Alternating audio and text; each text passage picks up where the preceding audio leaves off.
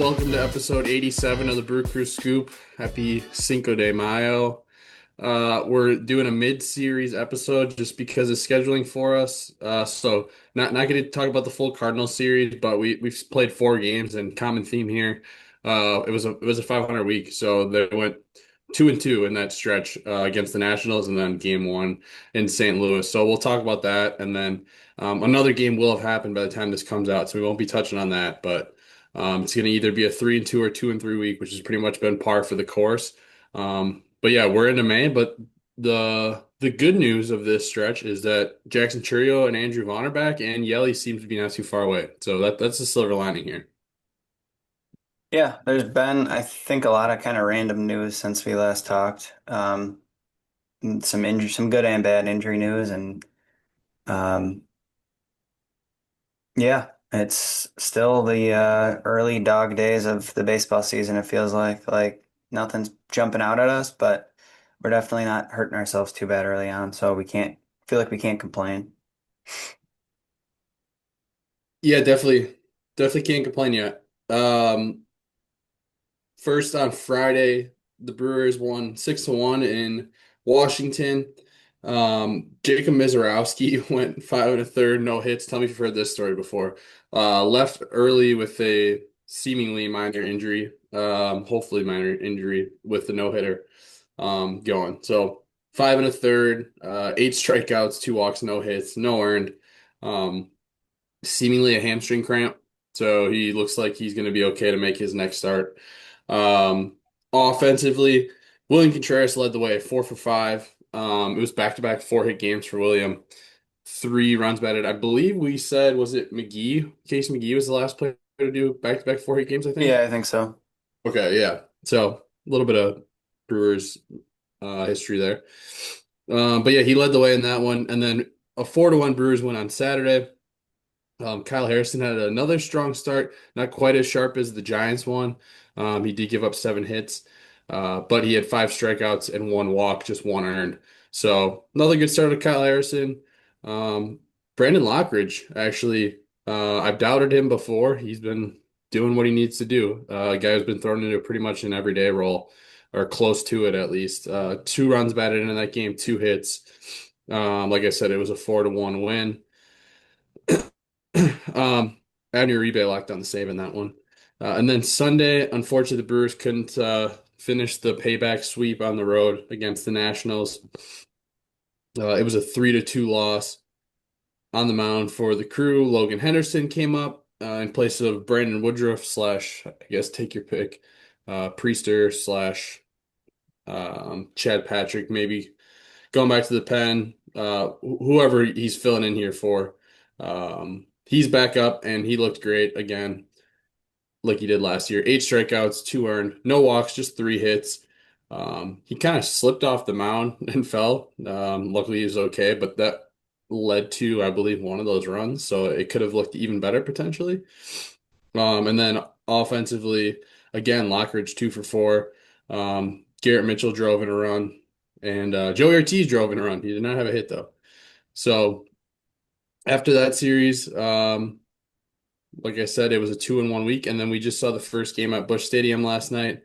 Uh, it was a 6-3 loss. Chad Patrick, like I said, a little bit coming back down to earth. You were expecting this to happen at some point. How With many him hits did we going, have last night, though? how many hits did the Brewers have? Yeah, Brewers had 11 hits. Yeah, yeah. 11 hits each for both teams actually. So yeah, just kind of an unfortunate night for the left on base. Um, but yeah, Chad, guy who's been putting up a lot of longer outings. Unfortunately, last night was not one of them. 7 hits, 3 walks, 4 strikeouts, 4 earned. Only went 3 1/3. DL Hall came in, threw some nice innings there.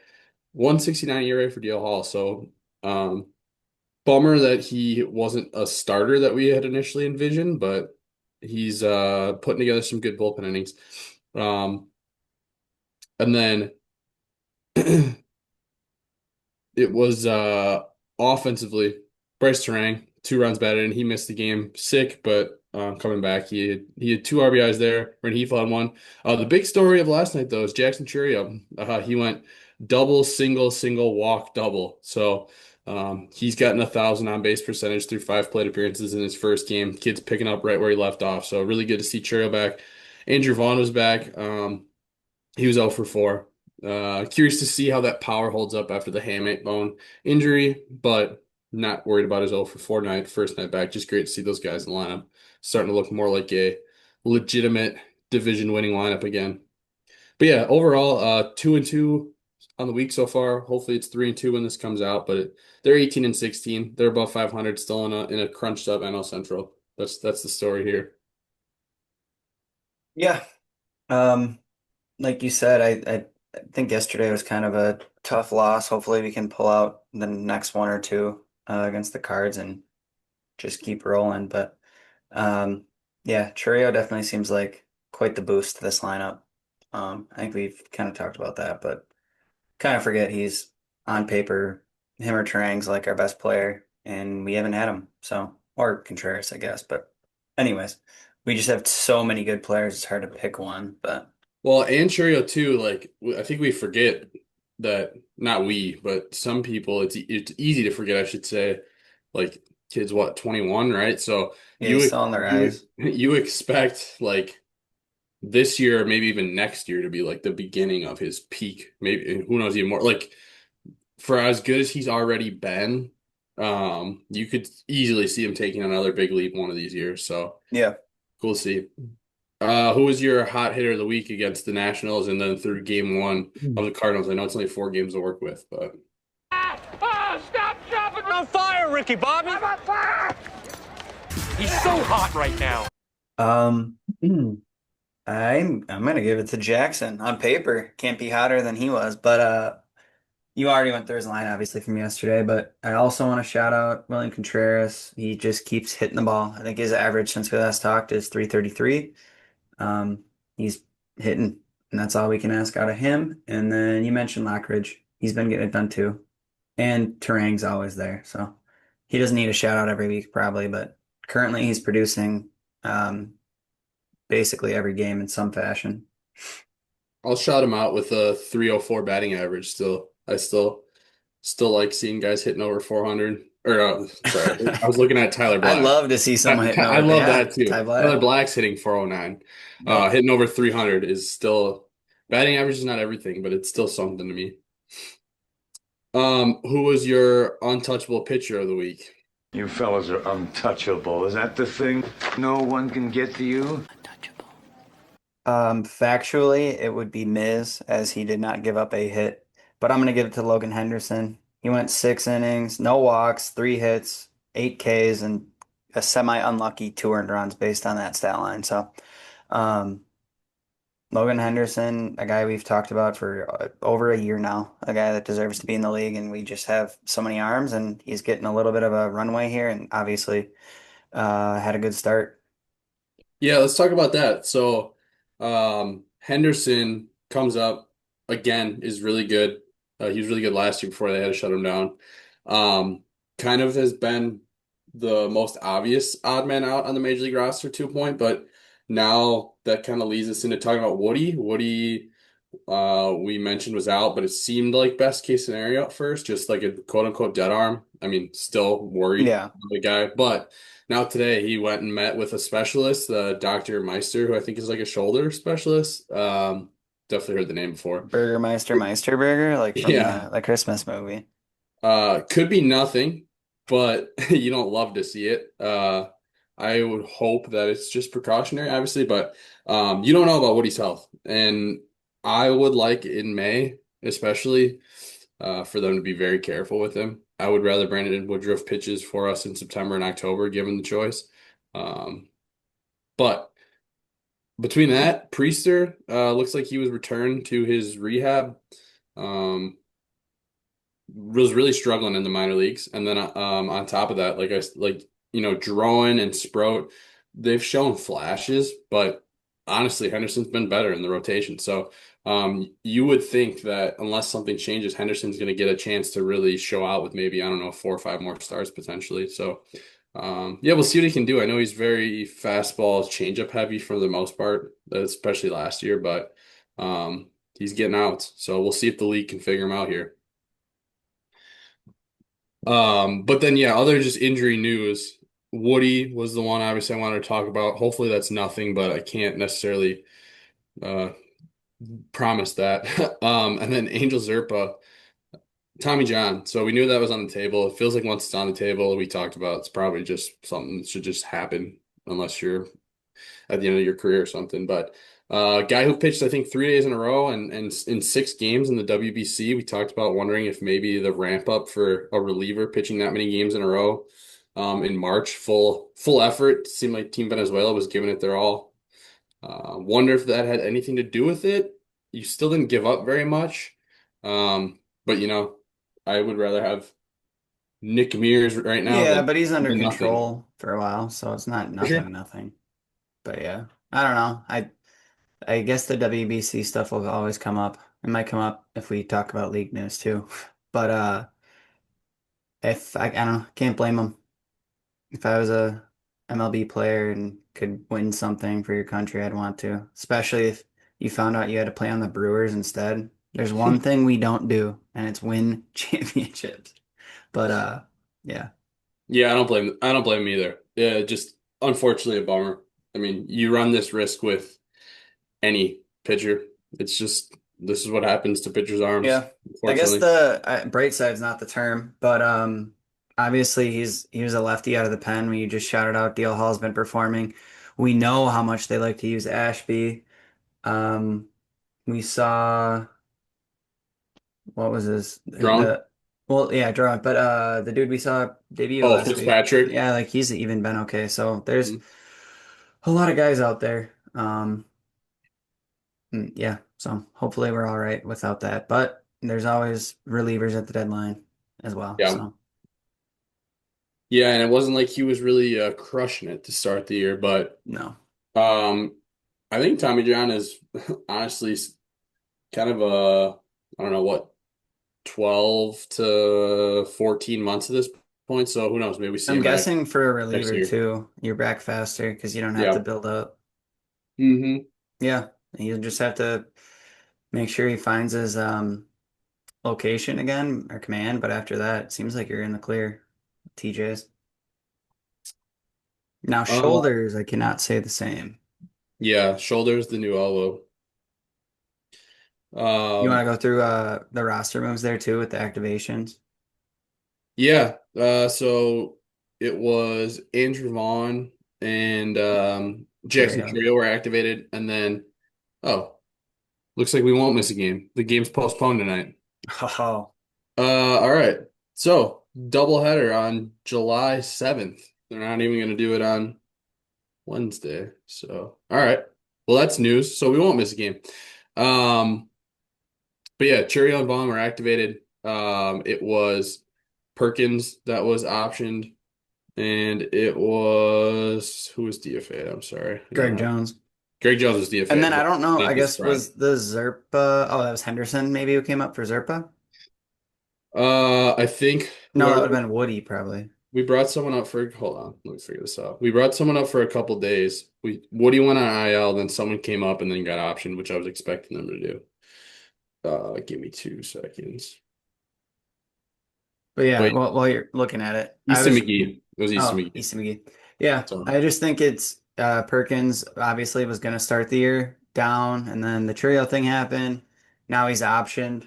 I think we were talking about it the other day, but if he's the guy we're optioning, obviously we don't quite believe in him as much. We don't think that defensive tool is as valuable as it once was. So maybe that's a piece to move at a deadline. I guess I don't know what his value is anymore. But if a team thinks he can do what he did a year or 2 years ago with us, I mean, I'd give up a reliever for him. But um, yeah, probably better for both parties at this point for change of scenery, but not sure what his value is other than he's under control and plays major league quality defense and switch hits. yeah, it feels like it. So the Brewers are calling the Priester back to the IL a setback. So I don't know.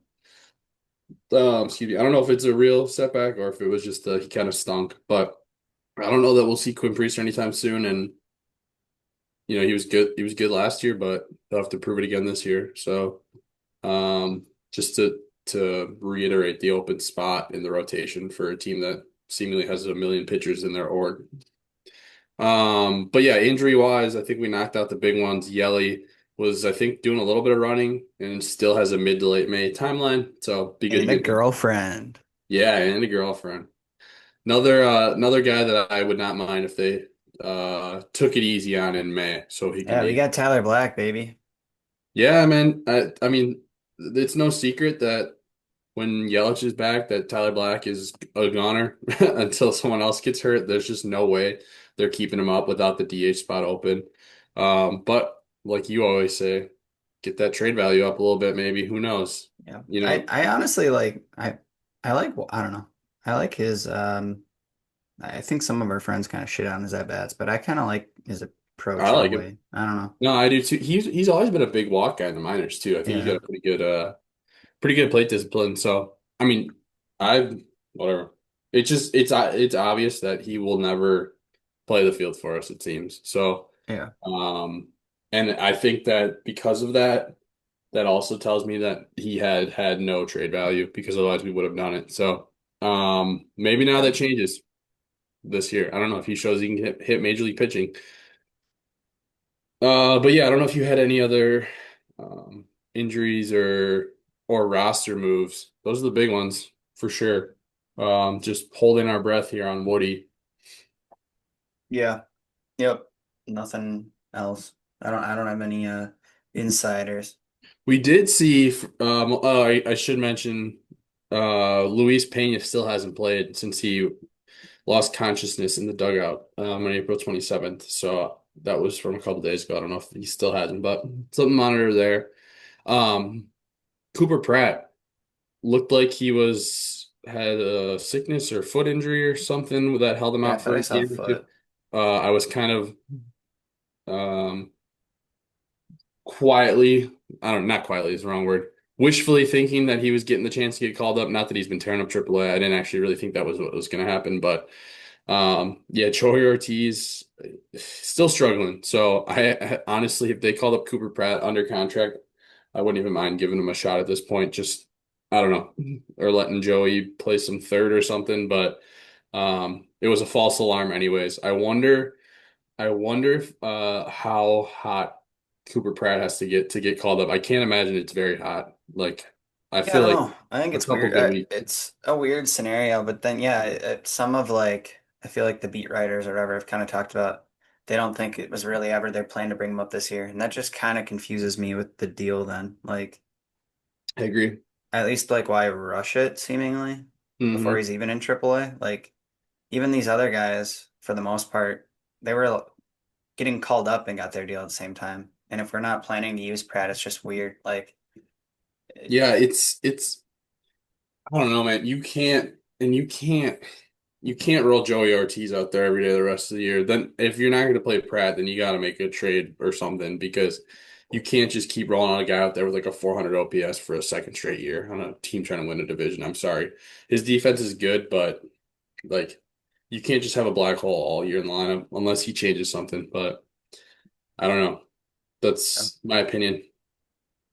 Does he have options even? Like I was joking about him being an option, but like he might. I don't know. I don't think he'd be excited to be optioned, but I guess at the same time, what's what choice do you have? Can't get Yeah, Milwaukee milk, man. there's a lot of really good defensive shortstops in the league. So yeah, I don't know. All right. Did you see the Jonathan Lucroy comment on the David Yeah. Stern trade or any of those other clips? Yeah, I know I you're a don't, big fan of his social media presence. I yeah, normally try to stay clear. his concussions have been showing on social media recently, but he sounded normal on the podcast. I actually do want to go back and listen to it. It looks like it's the To the Majors podcast. Interesting story about Stearns. About the veto trade with Luke Ray. I don't know what to make of it, to be honest. Like you said, a lot of he said, she said. Um, but didn't know if you looked at it or had an opinion. Yeah, I'm sure it's, I mean, at least partially true. I'm guessing Stearns kind of does operate that way. And I don't know. I guess it does suck when it's one of those scenarios where players have a no trade, but it helps the org more if they would just be traded. So it is a weird spot both ways, but I don't know. Again, time has passed, and I'm sure neither party is 100% innocent, but Yeah, whatever. Doesn't matter anymore. I did like Luke Red, the player, and I'm whatever. I don't have any opinions really on his social media. He just says funny stuff sometimes.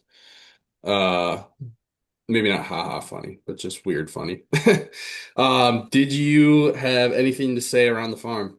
If it hadn't been for those meddling kids. If it hadn't been for you meddling kids. Ah, meddling kids. If it hadn't been for these meddling laddies. just briefly, I wanted to just, I guess because it was topical and I was looking into some of our AAA relief pitching options. So Craig Yoho, he had a like tough one or two outings, but so far in his 6 1/3 pitch since coming back from injury, he's got a .79 whip, 8 Ks, and a 2.84 ERA. So pretty good. And then the other guy I think has been we talked about before and has been in the org for a bit now is Will Childers. He has 10 innings pitched, zero earned runs, a one whip, 13 Ks. He throws like four or so different pitches, sits mid 90s with his fastball. And then he mixes in change cutter slider. So would definitely not be surprised to see him break into the major league roster given um, I don't know, his effectiveness throughout his minor league career and our needs. So keep it brief. I know Luis Lara's getting some love. Pratt stayed hot. Jet Williams was hot. A lot of the guys from the last time we talked, I guess, kind of kept rolling. So um, I guess I saw Jaden Fielder hit a nice homer Yeah, I was about to too. say That was Jaden nice on the Fielder timeline.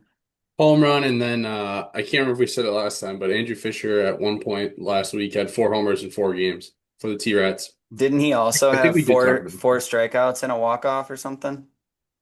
Yeah, I can't remember. Sorry. Um, Let me buy a beer. Sure. Ah, these fans, I love them. When I came in, they didn't recognize me at first, but then when I told them who I was, next thing you know, they're buying me my favorite beer. Thanks. Hey, it's a pleasure to buy a beer for a great pitcher like Whitey Ford. So I lied. you drink any good beers this weekend? I could think of maybe two we had. Well, you said one was a little too hazy for you. Well, yeah, that was gonna be your beer.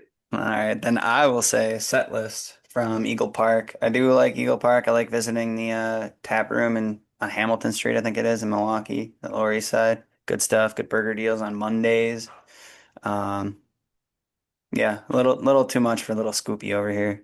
What'd you like, buddy? Keystone Lights? I didn't dislike it. I just told you I feel like I'm shifting a little. I used to drink a lot of IPAs. I feel like I'm more going for like the Six amber Miller or Lights. lager. Yeah. Um I would have to go with the Ope Can I Pet Your Dog? Little West Dallas brewery. So go check it out. What a summer spot, You like especially petting dogs, Alex? I'm all right with them sometimes. Uh yeah, they're cool when they don't bother my allergies. All right, well, we went around the farm, we went around the brewer schedule, injuries, everything. I feel like only thing that we didn't do so far is talk about the standings, really. We're still in the cellar, but we're just 4.5 games behind the Cubs. Cubs have been really good in the last couple weeks, six straight now. 23-12, but then ahead of us, Cardinals are two back of the Cubs, Reds are a game back of them, Pirates are a game back of them, and we're a half game back of them. So the division is good for sure, but we're in a good spot. Looking at the West, um, the Dodgers are 22-13 at the top. Looking at the East, the Braves have an 8.5 game lead on the East. Looks like I kind of went back and forth on who I wanted to pick in the East, and now it feels so obvious that I should have picked the Braves now that I really think about it. But Dude, the um, rotation's still not back though. That's the thing. yeah, I mean, Strider's just back now, but they're still not fully healthy. They're missing their second best arm. Yeah, yeah. I don't know. Acuna, he just did, but he's hammy on the IL too, so that obviously doesn't factor into the record that's already happened. But yeah, they've been getting performances from guys like 30 whatever year old Dom Smith and J.R. Ritchie's putting some good starts. Grant Holmes has made good starts. Reynaldo Lopez had a couple of good starts before he fell off. So they're just doing it. Ozzy's playing better. Drake Baldwin looks like maybe the best catcher, arguably. Different conversation, but in baseball. They just got Sean Murphy back. Really, Austin Riley, we were talking about, is the one. Oh, I mean, Matt Olson looks like he could be an MVP candidate. Yeah, the But Milwaukee Braves, when they Austin come Riley, back and combine with the Brewers, we're gonna have one hell of a team. absolutely. Yeah, but then in the American League, I guess Yankees are at the top of the East, and then the A's are still at the top of the West. But the tied for the division lead in the Central, the Tigers and Guardians. We could talk about that with our last couple minutes here. Scooble going down with the loose bodies in the elbow. So there's a lot of talk too about the WBC. Um, and just being due for a lot of money. I know there goes any chance of trading him at the deadline if they wanted to. Curious to see if he's back this year. I would think he's back, but I would argue Zerpa pitching in 3 straight days as a reliever probably would be more likely to hurt his arm in March than Skubal just throwing, like you say, his normal pitching load for 4 innings for Team USA. So I don't doubt that it had anything to do with it. You could argue maybe he was a little more juiced up, but yeah, interesting. Scubal's gone down. Crochet has already gone down. Skeens has been pretty solid, but those big three, two of the three have been disappointing to start the year, or injury wise at least, I should say. Yeah, I mean, it's a weird situation for his coming back this season because his incentive is not really there as much, considering he needs to be healthy for his contract. But maybe he'll come back in like that reliever type role thing that like Shohei did at the end of last year or something like that. But I don't know. It'll be interesting. Interesting. Just it probably won't affect his market, but I don't know what like the repeat occurrences of those injuries are, like the Yeah, bodies in the I elbow. I did hear after the Diaz thing, like apparently, like you just have loose bodies in your elbow. It's just a thing, and then eventually, it just needs to be cleaned up. So I don't know. Hmm. Maybe it's like good as new now. I don't know. So Did you see that clip of Passan talking about that umps have like live feedback on their zone throughout the game? no, I did not. saw a clip. I forgot what podcast he was on, but he said that throughout the game, they have like a two-way mic to the ABS people, and they can actually give them like feedback during the game. So that's a good use of the technology, I think. I Like they guess figure out if they're unless they're miscalling. So they can't change. Like well, no, but unless they're overthinking it, then yeah, I don't but know. it makes sense. Yeah, Like what's the point? Kind of if you have the technology, tell him he's doing a shitty job, so you don't have to keep challenging the whole game. yeah. No, I like it. No, I did not see that, but Yeah, I didn't know that, so I saw Passan talking about it. nice. All right, well, last thing, looking at the Brewers' upcoming schedule, it looks like there's just gonna be one more game against the Cardinals actually, so we won't miss anything there. But Yankees are coming to town. Be a good test for Kyle Harrison and Logan Henderson.